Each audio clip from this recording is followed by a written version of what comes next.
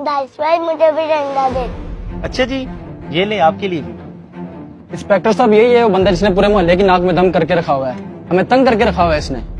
Daddy ये कौन है लोग? कुछ नहीं, आप अंदर जाओ।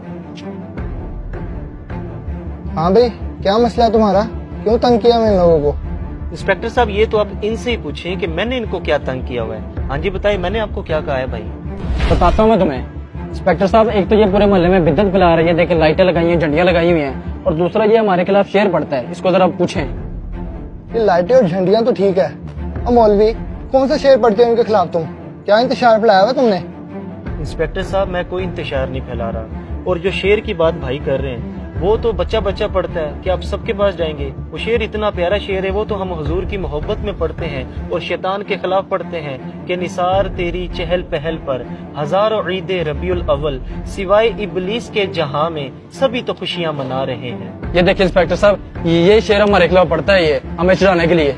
हाँ भाई, इस शेर में ऐसा क्या है जो तुम चिढ़ रहे हो? इंस्पेक्टर साहब आपने नहीं देखा, ये हमें इब्लीस कहने की कोशिश कर रहा है। अजन मैं आपको इबलीस किधर कह रहा हूँ, मैं तो ये शैतान के खिलाफ शेर पढ़ता हूँ। आप अपने ऊपर ये क्यों ले रहे हैं? क्या आपको हुजूर की आमद की खुशी नहीं है? और बस करो, आमद की खुशी नहीं है। हुजूर का इंतकाल 12 रबीउल अव्वल को हुआ था, तो हमें खुशी मनानी चाहिए या गम? इंस्पेक्टर साहब एक तो इस बंदे की भी समझ नहीं लगती। हमारे खानदान में जब कोई फोत हो जाता है, हम 10वां करवाएं या 40वां करवाएं, ये तब भी हमें तंग करता है कि इस्लाम में तो सोग 3 दिन का होता है, आप लोग ये 10वां 40वां क्यों करवा रहे हो? हालांकि हम ये 10वां 40वां सोग के लिए नहीं करते, हम तो मैयत के साले स्वाब के लिए करते हैं, लेकिन वकोल इन जनाब के कि आप लोग गम मना रहे हैं। अब इसी में अब सवाल करता हूँ कि जब हुजूर की बारी आई है तब इसे गम क्यों याद आ गया? हुजूर को तो दुनिया से पर्दा किए सदियां गुजर गई है, अब कौन सा गम मना रहे हो? अब तुम्हारा वो फतवा किधर गया? अच्छा तो ये बताओ, ये जो झंडियां लगाई हुई हैं, लाइटें लगाई हुई हैं, ये इतना पैसा इस पे जाया किया, किसी गरीब की मदद नहीं कर सकते थे? अच्छा तो इससे भी मसला है आपको? ये बताएं आपके पास मोबाइल कौन सा है? मेरे पास iPhone 14 है। क्यों? देखिए इंस्पेक्टर साहब, 3.5 लाख वाला मोबाइल है इनके पास, 50,000 वाला भी तो आप मोबाइल ले सकते थे, बाकी पैसे किसी गरीब को दे देते, तब गरीब नहीं याद आया आपको? और दूसरा इंस्पेक्टर साहब, इसने अपने बेटे की शादी की है, 50 लाख रुपए इसने खर्चा किया है, कम पैसों में भी तो ये शादी कर सकता था, तब गरीब नहीं याद आई इसे?